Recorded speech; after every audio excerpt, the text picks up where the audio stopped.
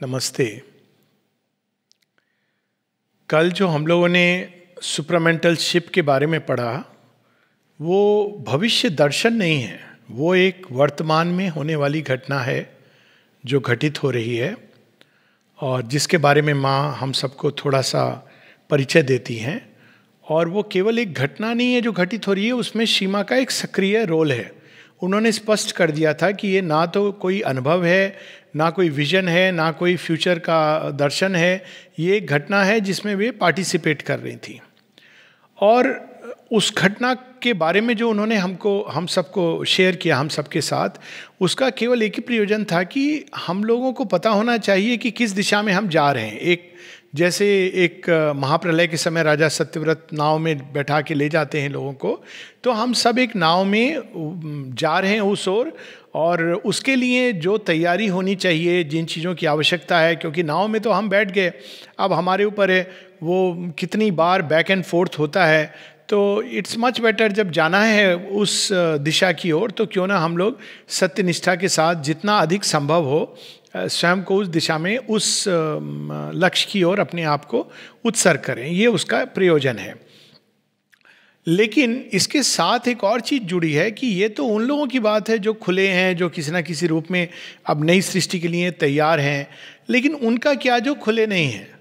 अब यहाँ पर श्री महर्षि श्री अरविंद ने बहुत कुछ बताया है। श्री अरविंद से जब एक बार पूछा किसी ने कि इस सिविलाइजेशन का क्या होगा, इस पृथ्वी का क्या होगा, तो श्री अरविंद कहते हैं कि पृथ्वी तो निश्चित रूप से बचा ली जाएगी, यानी उस तरह की महाप्रलय नहीं होगी जहाँ पे सृष्टि का एक एक जो एसेंस है, वो तत्व है, वही समाप्त हो जाता है। साथ ही ये कहते हैं कि इस सिविलाइजेशन की जहाँ तक बात है, उसके बारे में ये कहना कठिन है कि वो वैसा का वैसा जाएगा या उसमें कई चीज़ें गिर जाएंगी।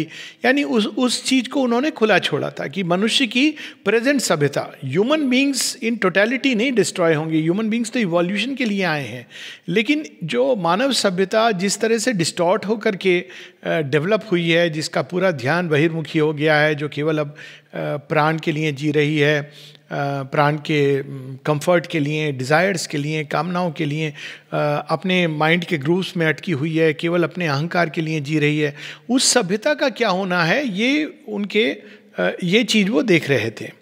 अब हम लोग देखते हैं कि श्री अरविंद, सीमा ने कई जगह प्रोफेटिक वेन में कई चीज़ें लिखी हैं। सावित्री में तो पूरा एक कैंटो है, बुक 11, जो प्रोफेटिक वेन में है। लेकिन वे उस तरह के प्रॉफिट नहीं है जो क्लियर वॉइंट होते हैं। अब क्लियर वॉइंट प्रॉफिट क्या करते हैं? जो कुछ घटनाओं को जो सूक्ष्म भौतिक जगत में मैनिफेस्ट हो रही हैं उनको देखते हैं, वो क्लियर वॉइंस होता है। सीमा श्री अरविंद त्रिकालदर्शी हैं। तो त्रिकालदर्शिता में क्या होता है कि आप सुनिश्चितता के साथ देखते हो कि ये घटना होने वाली है या संसार ये दिशा लेने वाला है, लेकिन उसमें कितने वर्ष लगेंगे, क्या समय होगा, ये क्योंकि वो त्रिकालदर्शिता की अवस्था है। फिर नीचे आकर काल की गति में एक प्ले ऑफ फोर्सेस होता है। जो चीज़ सुप्रामेंटल स्टेट में जिसका दर्शन होता है, अंततः जीवन, संसार, काल उसी को अल्टीमेटली पारित करेगा, लेकिन उसमें हम लोगों का एक रोल है। सीमा स्पष्ट करती हैं कि हम लोगों का रोल ये नहीं है कि हम उसको रोक सकेंगे, हम नहीं रोक सकते। अब ये हमारे ऊपर डिपेंड नहीं करता है, वो तो होगा ही होगा, एक नई सृष्टि की रचना होगी ही होगी। लेकिन हम लोगों का रोल ये है कि हम चाहें तो उसको तेजी से और स्मूथली और इंडिविजुअली और कलेक्टिवली उस दिशा में जा सकते हैं, या हम चाहें तो उसमें व्यवधान प्रकट करके अपने लिए भी और संसार के लिए समस्याएं खड़ी कर सकते हैं, डिले कर सकते हैं। लेकिन ये चीज़ होनी है क्योंकि ये त्रिकालदर्शी अवस्था में देखा गया विजन है। प्ले ऑफ फोर्सेस के अंदर जब हम लोग काल की गति में उतर के कोई चीज़ देखते हैं तो उसके अंदर सदैव ये संभावना रहती है कि कोई इंटरवेंशन होगा और वो चीज़ बदल जाएगी, इंटरवेंशन फ्रॉम बियॉन्ड। लेकिन जो चीज़ बियॉन्ड से बता दी गई है वो होगी ही होगी। अब इसका एक उदाहरण हम लोग देखते हैं कि श्री अरविंद ने भारत के फ्रीडम की बात की थी, लेकिन जब वो डिवाइड होता है तो ये चीज़ मनुष्य की हुई थी, यानी वो, और चूंकि मनुष्य की गई है, ये स्थायी नहीं है, लेकिन उस समय हुई, जिसके कारण कितनी पीड़ा, कितना कष्ट हुआ। वरना वास्तव में अगर वो श्री अरविंद की बात सुन लेते 1942 में जब वो प्रपोजल आया था क्रिप्स का, तो अखंड भारत मिलता, लेकिन मनुष्य ने नहीं सुना। उसी तरह उन्होंने सेकेंड वर्ल्ड वॉर के बारे में जो कुछ देखा था, उस समय के कई लोग ये इस बात को समझ नहीं पा रहे थे। कई ऐसे भी थे भारतवर्ष में भी और अन्यत्र कि नहीं हिटलर बहुत अच्छा आदमी है, इन एनी केस वो जर्मनी तो हमारा मित्र है क्योंकि वो इंग्लैंड के विरुद्ध है। लेकिन श्री अरविंद ने उसी समय देख लिया था कि ही इज़ दी असुरा, वो फॉल्सूट का एक असुर है जो इस संसार में एक प्रकार का प्रलयंकारी युद्ध विनाश लाने के लिए आया है। इसी प्रकार से हम देखते हैं कि इसी क्रम में माँ बताती हैं कि 1957 वो कहती हैं कि वो 100वीं वर्षगांठ है भारतीय स्वतंत्रता संग्राम की पहली चिंगारी, यानी जिसको हम ऑफिशियली रिकॉग्नाइज करते हैं। 1857 में जो फ्रीडम मूवमेंट प्रारंभ हुआ, झांसी की रानी का जो योगदान रहा, उनका जो त्याग हुआ, बलिदान हुआ, तो ठीक 100 वर्ष बाद उसकी जयंती होनी थी और 1 वर्ष पहले सुप्रामेंटल मैनिफेस्टेशन प्रारंभ हो गया था। तो वो निश्चित रूप से देखती हैं कि 1957 में भारत पाकिस्तान एक हो सकते हैं, और नहीं ऐसा हुआ। तो लोगों ने पूछा कि माँ ऐसा तो हुआ नहीं। कहती हाँ, ह्यूमन स्टुपिडिटी स्टॉप्ड इट। अब वो ह्यूमन स्टुपिडिटी क्या थी इसके बारे में काफ़ी बाद में पता चलता है। अमल किरण ने इस पर काफ़ी एक लंबा आर्टिकल भी लिखा है कि उन्होंने उसको कुरेद कर देखा कि ये क्या होने वाला था, कैसे उन्होंने इतनी निश्चितता के साथ कहा लेकिन वो घटना हुई नहीं। तब पता चला कि एक बैकडोर डिप्लोमेसी चल रही थी। पाकिस्तान ने रियलाइज़ कर लिया था 10 वर्षों के अंदर कि वो एक फेल्ड स्टेट की दिशा में जा रहा है। और उस समय जो अयूब खान थे और भी जो लोग थे, इन्होंने ये एक बैकडोर डिप्लोमेसी के थ्रू, एक चैनल के थ्रू उन्होंने भारतवर्ष के साथ एक संधि समझौता करने की चेष्टा की थी। अब ये सारी चीज़ें डॉक्यूमेंटेड हैं और ओपन हैं, किंतु उस समय बहुत कम लोगों को पता था। और उसमें वो प्रयास ये कर रहे थे कि भारत पाकिस्तान बिल्कुल एक तो नहीं होंगे, लेकिन कम से कम उनकी एक कॉमन डिफेंस हो, कॉमन इकोनॉमी हो। ठीक वैसे जैसे कनाडा और अमेरिका है, एक डिफेंस के लिए वो समान हो और इकोनॉमी सेम हो। अब अगर ये चीज़ होती तो वो प्रैक्टिकल विलय है। तो उस समय लेकिन जो उस समय के प्रधानमंत्री थे, बार बार मैं नाम नहीं लेना चाहता हूँ, लेकिन उन्होंने कहा कॉमन डिफेंस अगेंस्ट हुम, हमें किससे खतरा है? पाकिस्तान तो हमारा मित्र है, वो तो चाहता ही है कॉमन डिफेंस। रूस तो हमारा सोशलिस्ट मित्र है और चीन के तो हम भाई भाई हैं। तो वो ये देख नहीं सके कि वास्तव में ये एक बार फिर से कृपा आई थी द्वार पे भारतवर्ष के। लिटरली पाकिस्तान आया था ये प्रपोजल को लेके, लेकिन इसको अस्वीकार कर दिया गया कि नहीं, हमें कॉमन डिफेंस की आवश्यकता नहीं है।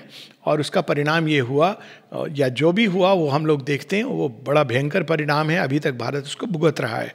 फिर 71 में ये अवसर आया था जब सीमा ने फिर से ये कहा था कि India should take over Pakistan.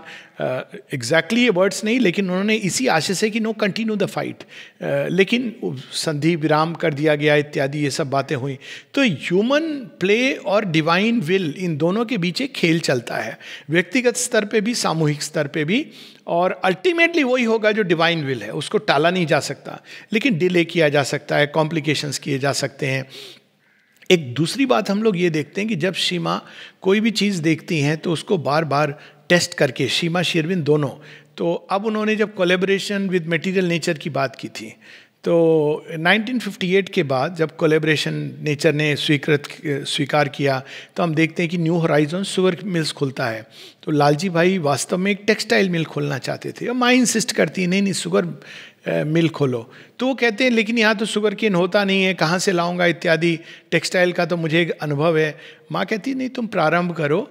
और बाद में वो बताती हैं कि नेचर ने प्रॉमिस किया है कोलैबोरेट करने को, तो हर चीज़ आएगी। और वास्तव में ऐसे ही हुआ कि उनको 30 वर्षों तक कोई कठिनाई नहीं हुई।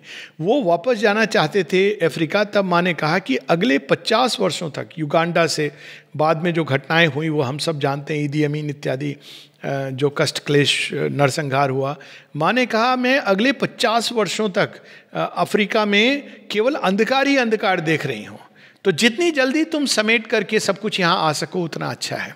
और वो भी एकदम अक्षर से सत्य हुई, तब भी किसी को ये पता नहीं था। तो इसी श्रृंखला में हम ये कह सकते हैं कि श्री माँ ने एक भविष्यवाणी, शब्द सही नहीं है, क्योंकि भविष्यवाणी तो वो करते हैं कि जब कर कोई और रहा है, हम देख रहे हैं। जैसे संजय, कि भाई ऐसा होने वाला है। उन्होंने गीता के ही समय देख लिया था कि नष्ट होने वाले हैं कौरव, लेकिन वो तो देख रहे थे। लेकिन श्री माँ तो उस दिशा में उनका ही कर्म है जो ले जा रहा है। जैसे श्री कृष्ण के लिए ये भविष्यवाणी नहीं होती कि युद्ध में क्या होने वाला है, उनके लिए तो ये उनका कर्म है, क्योंकि उन्होंने ही ये सारा निश्चित किया था कि कौरवों के साथ क्या होने वाला है, पांडवों के साथ क्या होने वाला है। तो ऐसा ही एक भविष्य दर्शन है जो हम सीमा का पढ़ेंगे, जो कॉम्प्लीमेंट्री है उस एक्शन के साथ जिसको सीमा ने देखा सुप्रामेंटल शिप का, जिसमें हम देखते हैं कि वे लोग जो खुले हुए हैं, और सीमा बताती हैं कि केवल आश्रम नहीं, सारे विश्व में जो लोग खुले हुए हैं वे उसमें सुप्रामेंटल शिप में तैयार हो रहे हैं। तो उसी प्रकार की एक चीज सीमा आगे भी देखती हैं, जिसके बारे में हम लोग थोड़ा सा पढ़ेंगे। ये 7 अगस्त 1957 की भविष्यवाणी है, जहाँ माँ कहती हैं कि सिचुएशन बहुत ख़राब है सारे संसार की, और विशेषकर पॉलिटिक्स की। सीमा बताती हैं कि नए जगत के आने में 3 चीज़ों को श्री अरविंद ने कहा था जीतना है। एक है पॉलिटिक्स, दूसरा है फाइनेंशियल वर्ल्ड, तीसरा है हेल्थ। तो सीमा कहती है हेल्थ पे तो विजय पाई जा सकती है बहुत आसानी से, लेकिन पॉलिटिक्स जो राजनीति है और जो फाइनेंशियल वर्ल्ड है वो पूरी तरह असुर के ग्रिप में है, और उनका नेक्सस है आपस में, और उस पर विजय पाना एक फॉर्मिडेबल टास्क है। किंतु हम लोग अब देख सकते हैं कि उस दिशा में चीज़ें जा रही हैं। किंतु 1957 में बहुत विपरीत थी चीज़ें। माँ बार बार बताती हैं कि अमेरिका को भारत के साथ खड़ा होना चाहिए था, अमेरिका को मटेरियल चीज़ें आवश्यकताएं प्रदान करनी थी और भारत को स्पिरिचुअल विजडम देनी थी।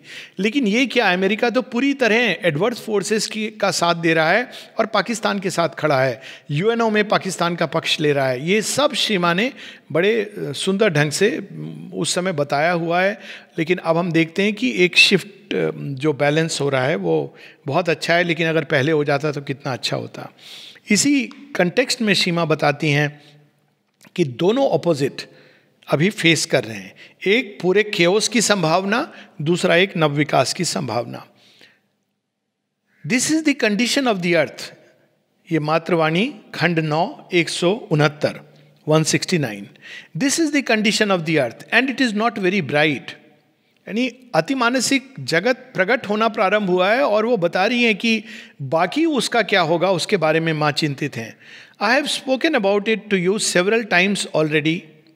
Even if outside things are deteriorating completely and the catastrophe cannot possibly be avoided, there remains for us, I mean those for whom the supramental life is not a vain dream, those who have faith in its reality and the aspiration to realize it, कि बहुत कुछ विनाश होगा। माँ कह रही हैं कि शायद बचाई ना जा सकें, इस प्रकार का भाव है, यानी वो बचाना चाहती हैं।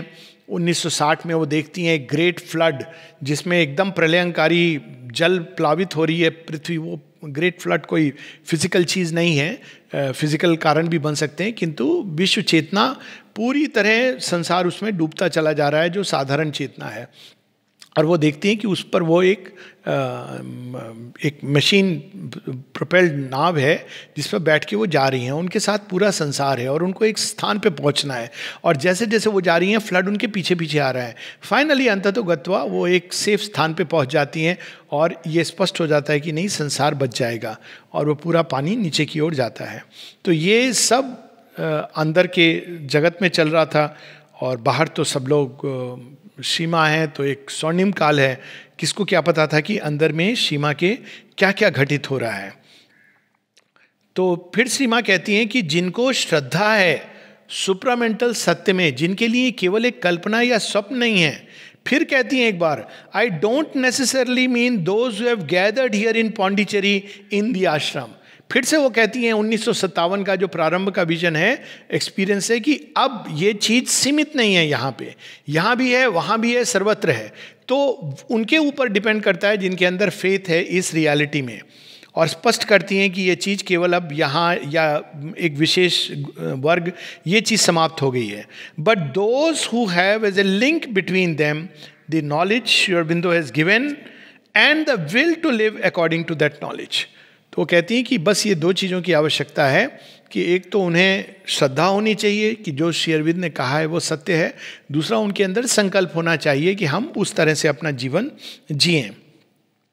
There remains for them the possibility of working this miracle individually and to a small extent collectively, of conquering space, duration, the time needed for this realization. यानी जितने जल्दी हो सके तो conquering time, space, यानी कम से कम एक छोटी सी भूमि इतना काफ़ी है. जब श्री कृष्ण ने दुर्योधन को ये कहा कि मुझे केवल 5 गांव दे दो, दुर्योधन तो रिप्रेजेंट करता था उस एडवर्स फोर्सेस को जो धर्म के विरुद्ध में खड़ी थी. तो वो जानता था कि भगवान को 5 गांव दे दिए तो उससे वो पूरा एक नवीन सृष्टि बना देंगे, वही खांडवप्रस्थ में जैसे इंद्रप्रस्थ हुआ था. तो वो देने के लिए अस्वीकार करता है. बाद में कितना नरसंहार होता है जिससे वो भूमि मिलती है.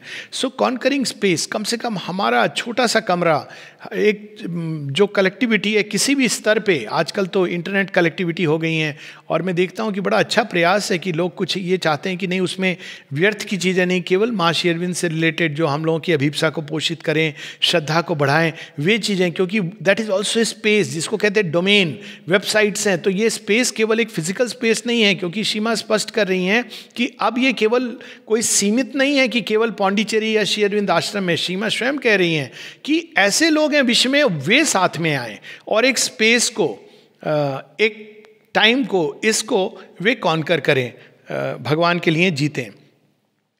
Of replacing time by intensity of effort, कैसे हम काल को जीत सकते हैं अपने एफर्ट को, अपनी अभिप्सा को और इंटेंस बनाकर.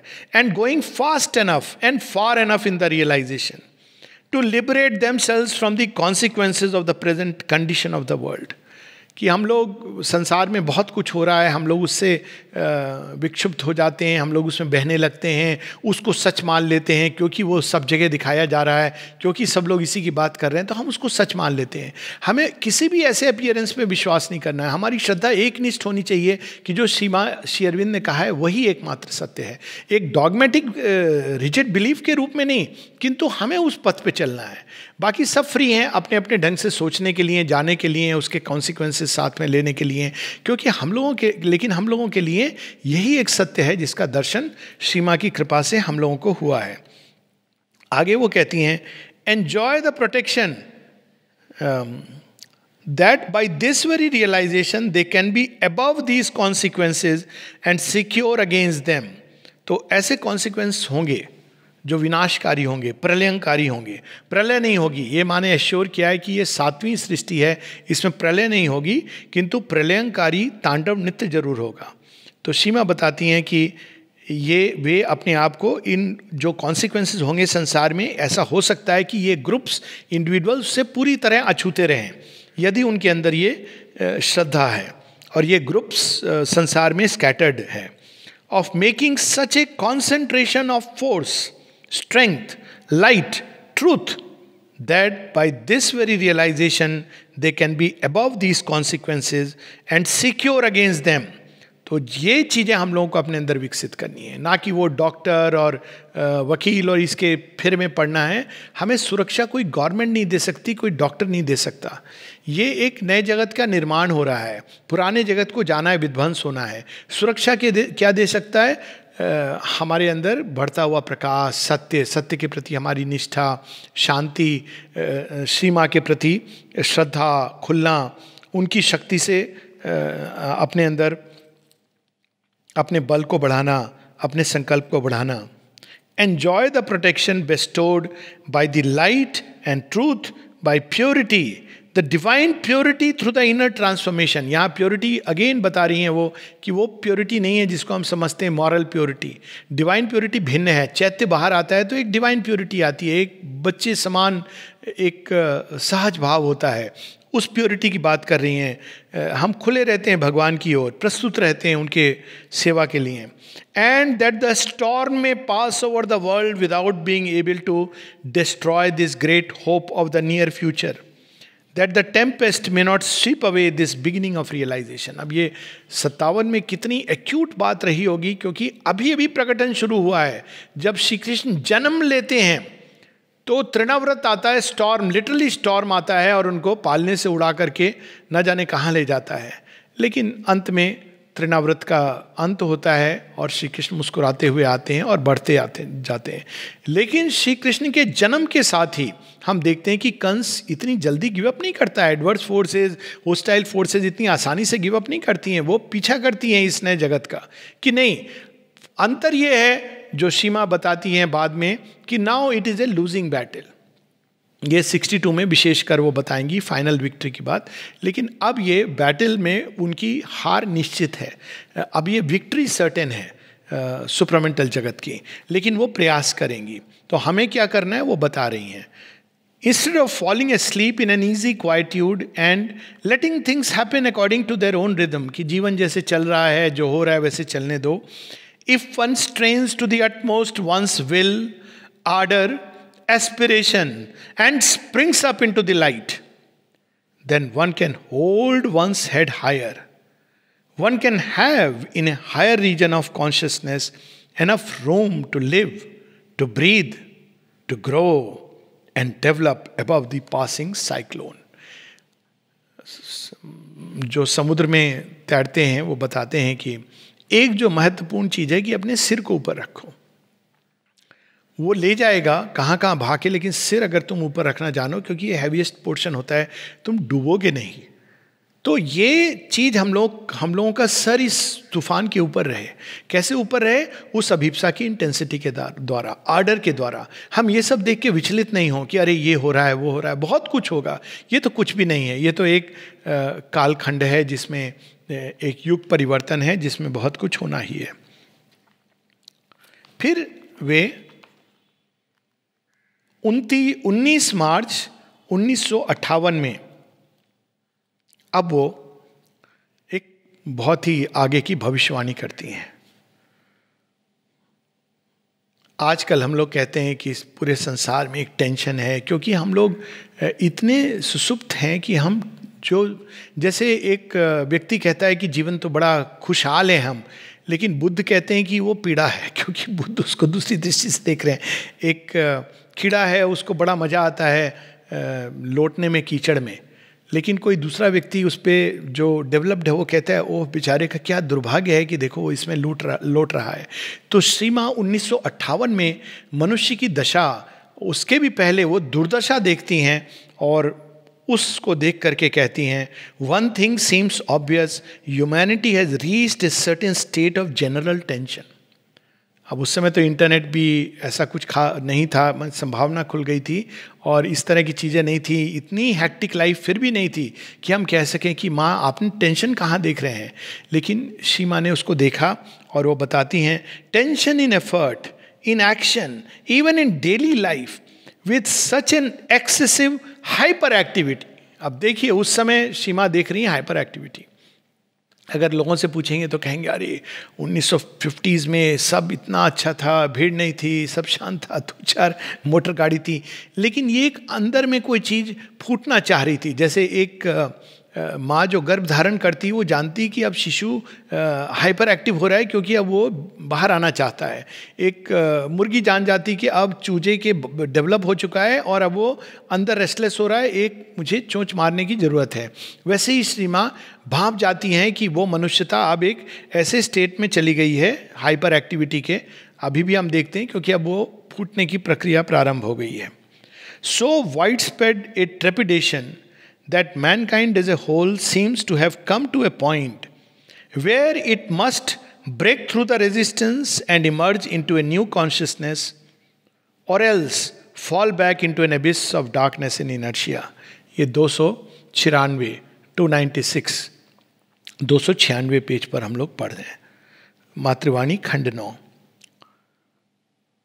और उसका कारण बताती है, क्योंकि एक नई चीज आ गई है सृष्टि के अंदर. जैसे घर में लोग रहते हैं, कंफर्ट जोन में रहते हैं, अचानक कोई नया व्यक्ति आ जाता है तो टेंशन हो जाती है, लोगों को एडजस्ट करना है, चाहे वो बाहर से कैसे भी मुस्कुराएं. और जब वो आके रहने लगता है तो सब कुछ एडजस्ट करना है, टाइमिंग्स एडजस्ट करने हैं, किचन का प्रोसेस एडजस्ट करना है, मनी को एडजस्ट करना है, ये सारी चीज़ें होती हैं क्योंकि एक नया व्यक्ति आ गया है. तो अब ये फोर्स जो मैटर के अंदर रिसीव हो गई है, 1 जनवरी 1958 की जो माँ ने बात की है। तो अब इस नई चीज के कारण पूरी सृष्टि में एक ये नई चीज कैसे आ गई, इसने तो सब कुछ डिस्टर्ब कर दिया। तो कृष्ण जी जब आए तो कई लोग ऐसे थे जिनको ये लगा कि ये तो लोग कहते हैं कान्हा कान्हा, इसने तो आके सब उथल पुथल कर दिया, सब कुछ बड़ी अच्छी व्यवस्था से चल रहा था। कंस को नियम रूप से टैक्स मिल जाता था, लोग उसकी दरबार में सलाम करने जाते थे, जरासंध का संकल्प पूरा होने वाला था, सारे समीकरण ठीक थे। लेकिन श्री कृष्ण ने आगे सारे समीकरण बदल दिए। तो कई लोग इसी प्रकार से जब कोई नई चेतना आती है तो वर्ल्ड इस प्रकार से रिस्पॉन्ड करता है। फिर सीमा स्पष्ट करती हैं, outwardly we could expect the old methods used by nature when she wants to bring about an upheaval. But there is a new characteristic, which of course is only visible in an elite. But even this elite is fairly widespread. यहाँ फिर से स्पष्ट कर रही हैं कि elite कोई स्थान विशेष में व्यक्ति नहीं है। एलीट वे हैं जिनके अंदर ये संकल्प जाग गया है कि सब कुछ होने के बावजूद वे अब इस मनुष्यता की सीमा के पार जाना चाहते हैं। वे चाहते हैं कि इस संसार में, इस मन में, प्राण में, यहाँ तक कि शरीर में एक नई दिव्य स्फूर्णा अनुभूत हो और प्रकट हो। तो वे एलीट हैं। यहाँ एलीट का किसी बाहरी मापदंड से लेना देना नहीं है कि कौन कितना एजुकेटेड है, कौन कहाँ किस पदवी पर बैठा है, किस सेंटर में है, किस, इससे कोई लेना देना नहीं है। ये एक आंतरिक अवस्था है जिसकी बात वो स्पष्ट करती हैं। और फिर से वो एम्फेसाइज करती हैं, कई बार हम देखेंगे कि माँ एम्फेसाइज कर रही हैं, it is not localised at one point, at one place in the world, we find traces of it in all countries. तो अब वो स्पष्ट कर रही हैं कि ये किसी एक जगह, किसी कुछ व्यक्ति विशेष में नहीं होगा, ये पूरे संसार में फैल रहा है और जो तैयार हैं वो इसको रिसीव कर रहे हैं ऑल ओवर द वर्ल्ड। और वो एलीट कौन है अब वो बता रही हैं। एक और बता रही हैं कि प्रकृति अपने पुराने मेथड से डिस्ट्रॉय करने की चेष्टा करेगी, अपहीवल्स, अर्थक्वेक, साइक्लोन्स, एपिडेमिक्स इत्यादि, जो भी वो पहले करती रही है। किंतु ये एलीट कौन है? The will to find a new higher progressive solution, an effort to rise towards a vaster more comprehensive perfection. Progressive solution, इसका एक उदाहरण था जब लोग झगड़ा करते थे तो हम लोग नॉर्मली क्या करते हैं, पुलिस, कोर्ट, कचहरी, ये हम लोगों का पुराना सॉल्यूशन है। लेकिन न्यू सॉल्यूशन क्या होगा? न्यू सॉल्यूशन होगा कि हम एक चेतना में ऊपर उठें और एक ऐसा स्थान ढूंढें जहां चीज़ें सामंजस्यपूर्ण रूप से सॉल्व की जा सकती हैं, जहां झगड़े की, कन्फ्लिक्ट की, क्वेरल की आवश्यकता नहीं है। ये न्यू एंड हायर सॉल्यूशन है, जहां हम एक दूसरे को विरोधी नहीं समझें बल्कि कॉम्प्लीमेंट्री समझें। ये नहीं कि वो एक होती बड़ी रिजिड एटीट्यूड कि नहीं बस हम जो कर रहे हैं वो सही है, दूसरा मूर्ख है, लेकिन एक एटीट्यूड जिसमें हम सब लोग, सबके अंदर एक छोटी छोटी अभिप्सा है, उसको हम लेकर के ज्वाइन करके उस अभिप्सा को सच मानकर उसके अनुसार हम सब मिल करके आगे बढ़े। उसी तरह से हम देखते हैं कि अब रोग है, ओल्ड सॉल्यूशन क्या है? डॉक्टर के पास जाओ, डॉक्टर देखेगा, दवाई दे देगा, प्रिस्क्रिप्शन दे देगा और हम ठीक हो जाएंगे या और बड़े अस्पताल में जाएंगे। न्यू सॉल्यूशन क्या है? क्या शरीर के अंदर ऐसी क्षमताएं विकसित की जा सकती हैं? क्या शरीर स्वयं अपने अंदर से रोग प्रतिरोधक शक्ति को विकास कर सकता है? क्या कोई ऐसा उपाय है जिससे शरीर इम्यून हो जाए? हम देखेंगे कि जब आयुर्वेदिक डिस्पेंसरी आश्रम में जब इसका उद्घाटन हुआ तो श्री माँ ने क्या मैसेज दिया था? उन्होंने मैसेज दिया, एग्जैक्ट वर्ड्स नहीं बट टू दिस इफेक्ट, कि सुप्रामेंटल जगत में इम्यूनिटी स्पॉन्टेनियस होगी। तो एलीट वो हैं जो हायर सॉल्यूशन को खोज रहे हैं।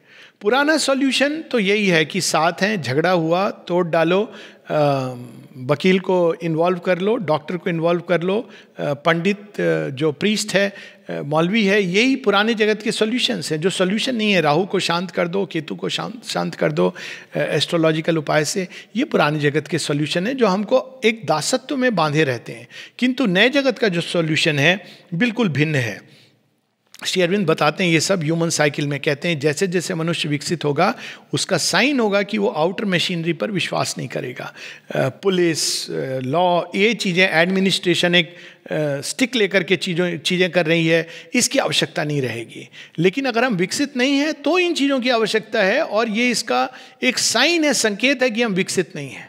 और जैसे जैसे हम विकसित होंगे तब हम अपने आप, आत्मनिर्भरता का एक दूसरा पक्ष है कि हम स्वयं ही डिसाइड करें, हम स्वयं ही डिटरमाइन करें, ना केवल अपने धन के बारे में बल्कि हम कि हमें कैसा जीवन जीना है। ये केवल एक आपदा की बात नहीं है, किंतु हम कैसे मनुष्य का जीवन जिएं जिससे मनुष्यता सुंदर बने, दिव्य बने। तो ये एक एलीट वे हैं जिनके अंदर ये भाव जाग गया है। अब वो बताती हैं कि इस प्रकार की प्रोफेसीज हुई हैं, and both things go together, a possibility of A greater and more total destruction, a reckless inventiveness which increases the possibility of catastrophe। अब ये तो हम लोग जानते हैं कि अभी तो एटम बॉम्ब भी फीका पड़ गया है, सैटेलाइट से आधे घंटे के अंदर वेव्स के पल्सेशन से एक पूरी सिटी को नष्ट किया जा सकता है। इस तरह की टेक्नोलॉजी जो डेवलप्ड है और वो ऑलरेडी अवेलेबल है। एटम बम पुराना हो गया है। तो अब हम सोचें कि इस तरह की टेक्नोलॉजी जो डिस्कवर हुई है और मनुष्य ये पॉसिबिलिटी को अब देख रहा है। Y2K आया था 2000 में, मिलेनियम बग जिसको कहा जाता था कि अचानक कंप्यूटर्स रुक जाएंगे। ये एक और बात है कि ग्रेस चलती है और ऐसा होने नहीं देती है। इस तरह की प्रोफेसीज हुई हैं। एक और more complete, more total destruction, a catastrophe which would be on a far greater scale than it has ever been। ज़्यादा आवश्यकता नहीं है न्यूक्लियर बॉम्ब, चाहे वो कोरिया हो या आईसिस हो, एक पागल व्यक्ति चाहिए और सारा संसार उस तबाही पर जा सकता है। हम लोग जानते हैं कि कैसे रूस और अमेरिका इसके पास आ गए थे और फिर ग्रेस एक्ट की सीमा उसके पीछे में किस तरह से लीडर्स को इन्फ्लुएंस कर रही थी, ये सब हम लोग कालांतर में देखेंगे। बाद में अगर समय हुआ तो उसके बारे में थोड़ा टच करेंगे।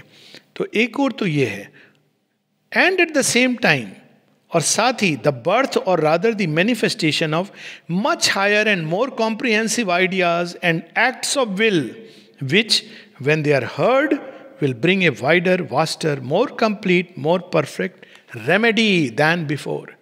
ऐसे आइडिया जिनके बारे में अभी कोई सुनने के लिए तैयार नहीं है।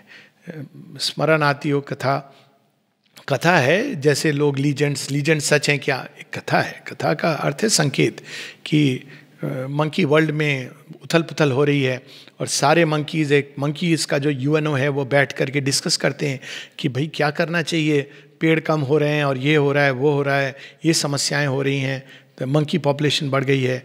तो उसमें से जब वो UNO मंकीज़ का बैठा है तो एक मंकी हाथ उठाता है, कहता है सर मेरी बात सुन लीजिए। क्या कहना है तुमको? तुम कहाँ से हो? मैं इंडिया से हूँ। नहीं चुप रहो, तुम लोगों ने तो मंकीज़ के ऊपर ऐसी कहानियाँ बनाई हुई हैं कि राम जी बना दिए, सीता जी बना दिए। नहीं, तुम लोग केवल कल्पना के जगत में जीते हो। तो कहता है सर सुन तो लीजिए। बड़ी देर बाद वो लोग सब डिस्कस करके फूड प्रॉब्लम, ये प्रॉब्लम, वो प्रॉब्लम, फिर कहते हैं अच्छा तुम भी कह लो अपनी बात। कहता है देखिए मुझे पता नहीं आप लोग ये सब डिस्कस कर रहे हैं, बड़े सामान्य बंदर हैं, लेकिन हमारे यहाँ लिखा है कि एक दिन आएगा जब मंकी मनुष्य में रूपांतरित हो जाएगा। वास्तव में वो मंकी नहीं है, मैन की है, की टू मैन। और जब वो रूपांतरण हो जाएगा उसका, वानर से नर में चेंज हो जाएगा, तब मंकी वर्ल्ड की समस्याओं का समाधान हो जाएगा। तो सारे मंकी, उससे क्या होगा? क्या उसकी पूंछ ज़्यादा लंबी होगी, ज़्यादा बलशाली होगा, दांत ज़्यादा सशक्त होंगे, ज़्यादा जंप कर पाएगा? तो कहते ये सब तो मुझे नहीं मालूम, ये सब लिखा नहीं है, लेकिन इतना जानता हूँ कि जहाँ तक जंपिंग की बात है तो अभी तो हम रिकॉर्ड था हमारे मंकी ओलंपिक्स का कि 30 फीट का रिकॉर्ड था, लेकिन जब नर आएगा तो उसके अंदर संभावना रहेगी कि न्यू दिल्ली से न्यूयॉर्क वो एक छलांग में हजारों मील जा सके। अरे ये तो कल्पना है। तो उसी प्रकार से अब ये जो उथल पुथल है, इसमें ऐसे आइडियाज़ भी आ रहे हैं जो मोर कॉम्प्रिहेंसिव हम लोग देखते हैं अभी फिल्म्स के रूप में, इमेजिनेशन के रूप में, दोनों प्रकार के। एक और महाविनाश के फिल्में आ रही हैं जिसमें हॉरर है, एंड ऑफ द वर्ल्ड है, डूम्सडे 2020 के बारे में भी कहा गया, कंटेजियन, ये सब पिक्चरें आई। तो ये कहना मुश्किल है कि वो भविष्य दर्शन कर रहे थे या इन चीज़ों ने मनुष्य की मानसिकता के अंदर ये चीज़ें ला दी, जिसके कारण ये सारी चीज़ें कहीं अधिक मैग्नीफाइड हो गई। तो एक और तो उस प्रकार का इमेजिनेशन है, वहीं दूसरी ओर इस प्रकार का भी इमेजिनेशन है जैसी जिसकी बात हो रही थी कोकून फिल्म के बारे में, या कुछ इस तरह के आविष्कार कि क्या ऐसा संभव है कि मनुष्य अपने अंदर से ही रोग को समाप्त कर सके। तो ये नए जो आइडियाज़ हैं, ये चीज़ें भी संसार में आ रही हैं, दोनों एक साथ आ रही हैं। This struggle, this conflict between the constructive forces of the ascending evolution of a more and more perfect and divine realisation and the more and more destructive, powerfully destructive forces that are mad beyond all control, is more and more obvious, marked, visible, and it is a kind of race or struggle as to which will reach the goal first. It would seem that all the adverse anti-divine forces, the forces of the vital world, have descended on the earth, are making use of it as their field of action. ये क्यों होता है? क्योंकि मनुष्य सहजता से खुल जाता है उनकी तरफ. मनुष्य के लिए डिवाइन फोर्सेस की तरफ खुलना मतलब उसके कंफर्ट जोन से बाहर निकलना, एफर्ट करना. हाँ ये तो है, लेकिन ये करना पड़ेगा, वो करना पड़ेगा, ठीक है, लेकिन दूसरी तरफ महाविनाश हमें हमारी ओर देख रहा है. तो अब तो ये एक चॉइस है जो हम लोगों को करनी है. 1970 या 71 में शीमा ने ये मैसेज दिया था, या मैं कल परसों बताऊंगा, 67-68 में, जब वो माँ कहती हैं man, countries, continent, the choice is imperative. ये चीज़ बढ़ती बढ़ती एक स्टेज पर जाती है जब वो कहती हैं अब तुम्हें लॉन्ग रोप दी है मैंने, अब नहीं दे सकती हूँ. चॉइस इज इम्पेरेटिव, ट्रूथ और द एबिस. अब श्री माँ का इवन ये कहना कि इम्पेरेटिव 50 साल कि चलो तुम्हें मैं दे रही हूँ ये समय, अब तुम कम से कम चुनाव कर लो, सत्य का चुनाव करोगे या रसातल की ओर. तो ये वो बताती हैं, स्पष्ट कर रही हैं.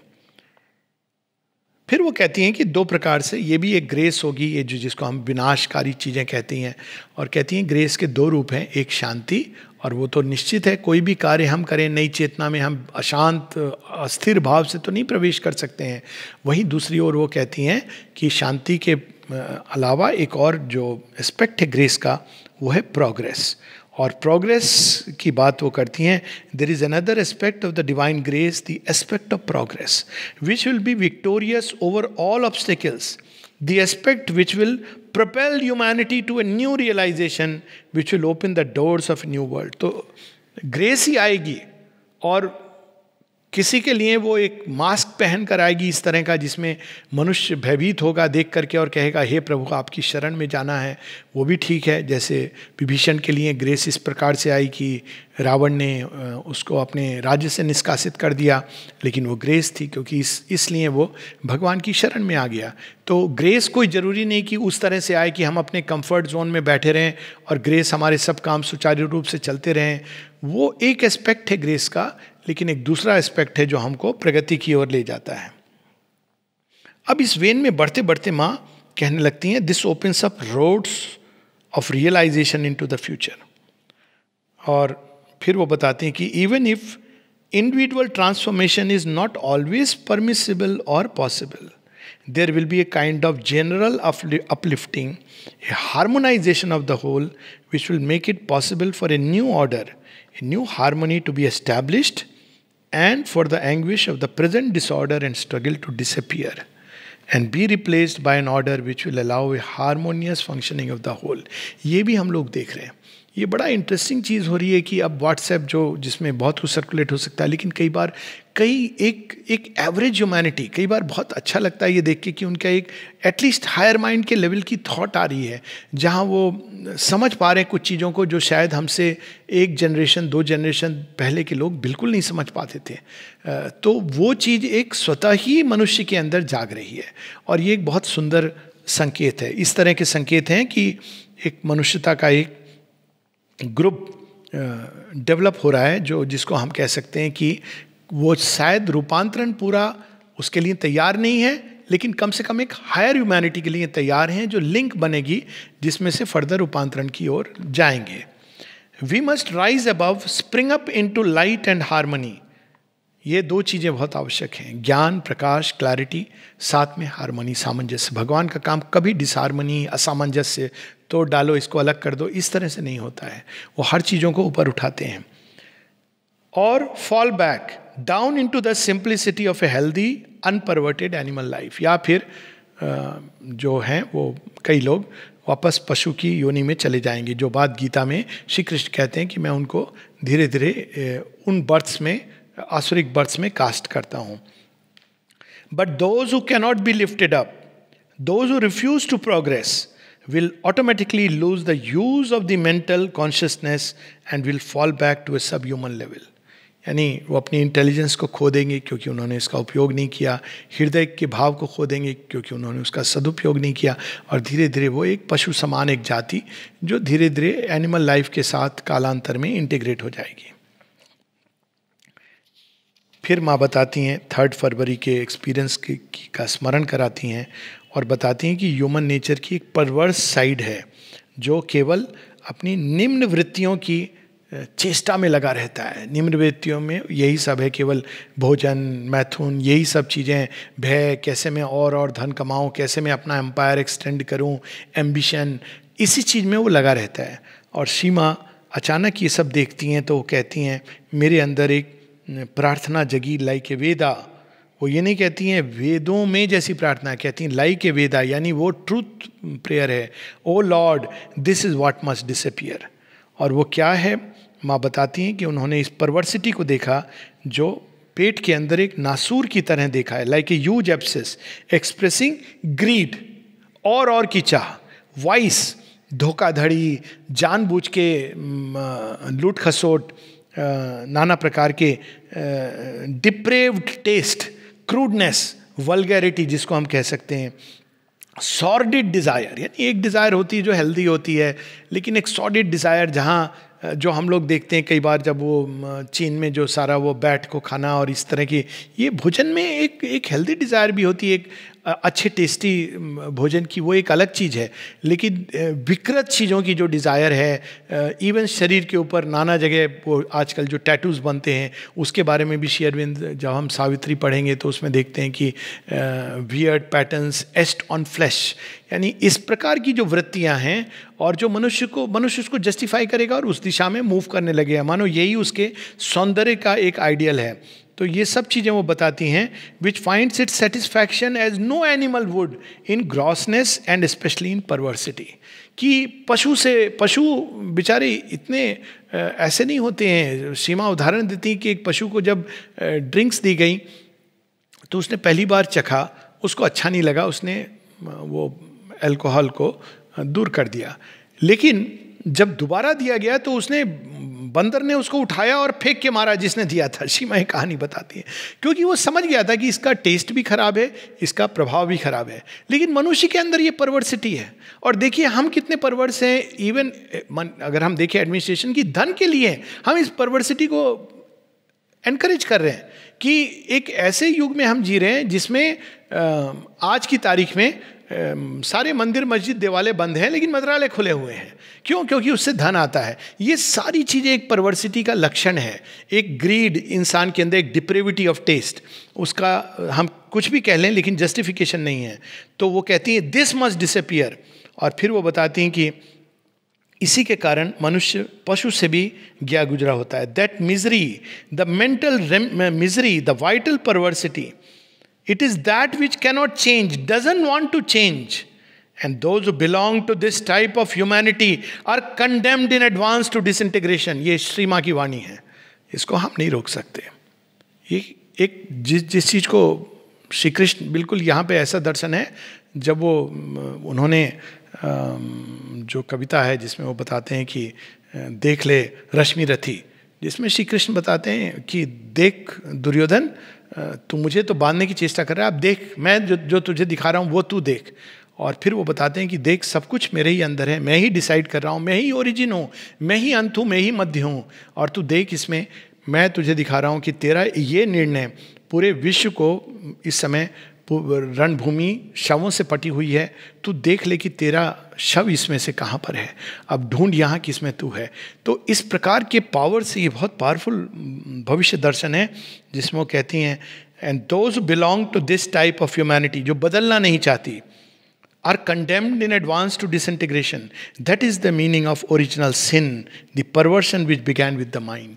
ओरिजिनल सिन का कंसेप्ट बाइबल में है और बाइबल में यह है कि मनुष्य जन्म से ही विकेड है या सिनफुल है।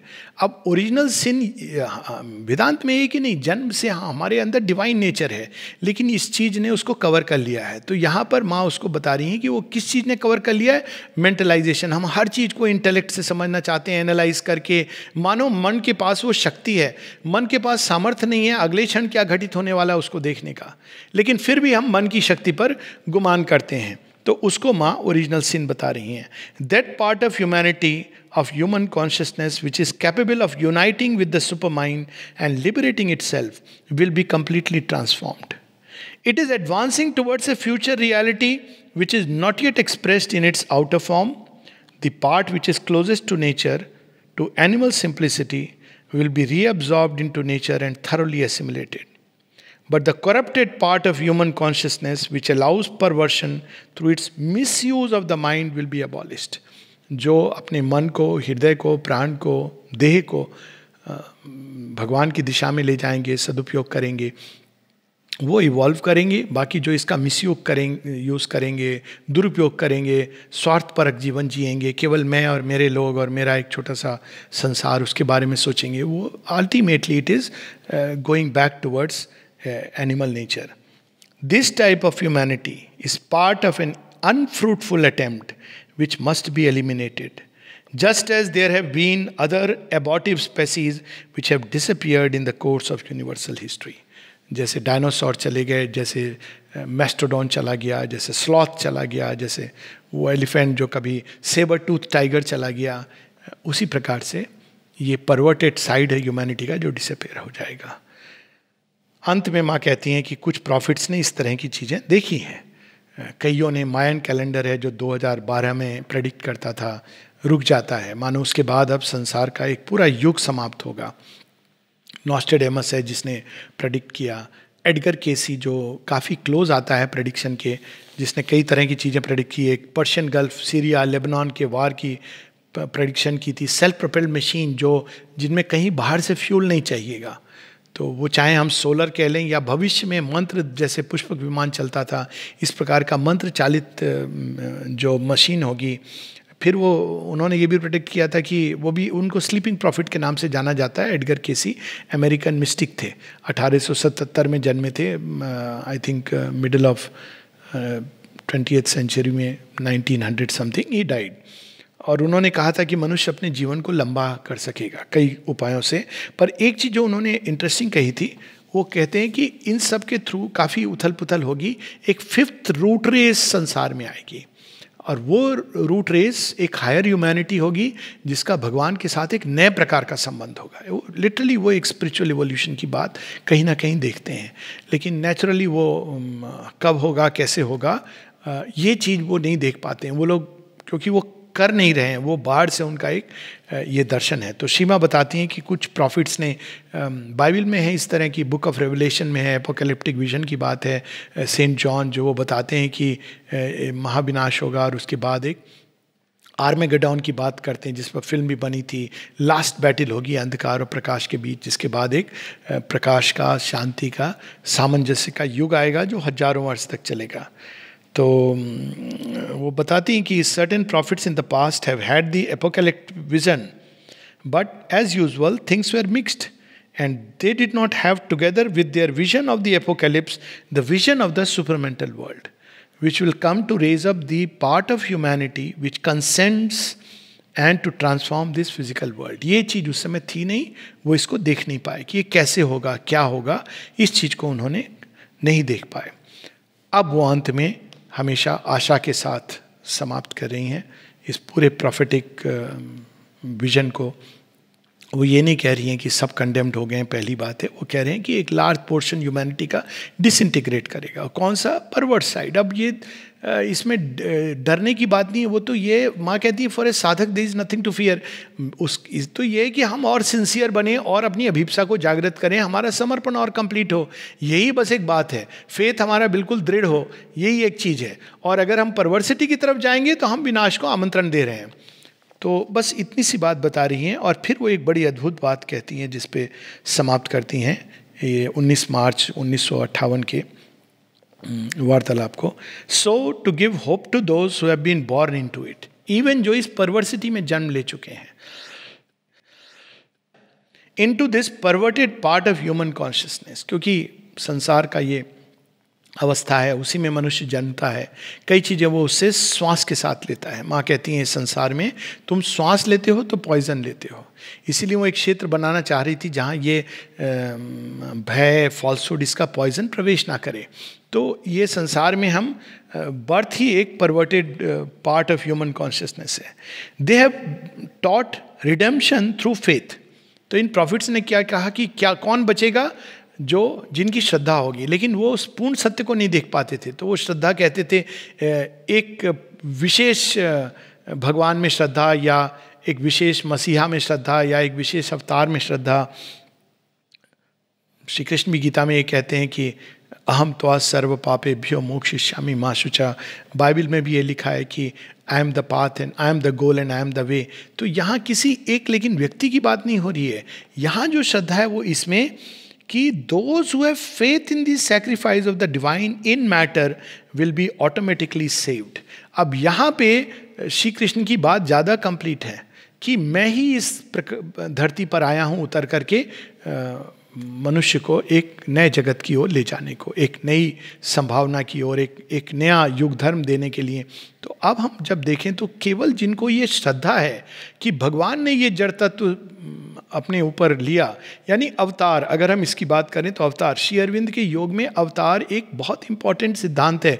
कई लोग वो नहीं एक प्रॉफिट हैं, वो केवल एक सियर हैं, देख सकते हैं लोग योगी, वो ये सब हैं, लेकिन वो अवतार हैं। अब ये सीमा यहाँ पर डायरेक्टली नहीं लिख रही हैं, अन्यत्र लिख रही हैं।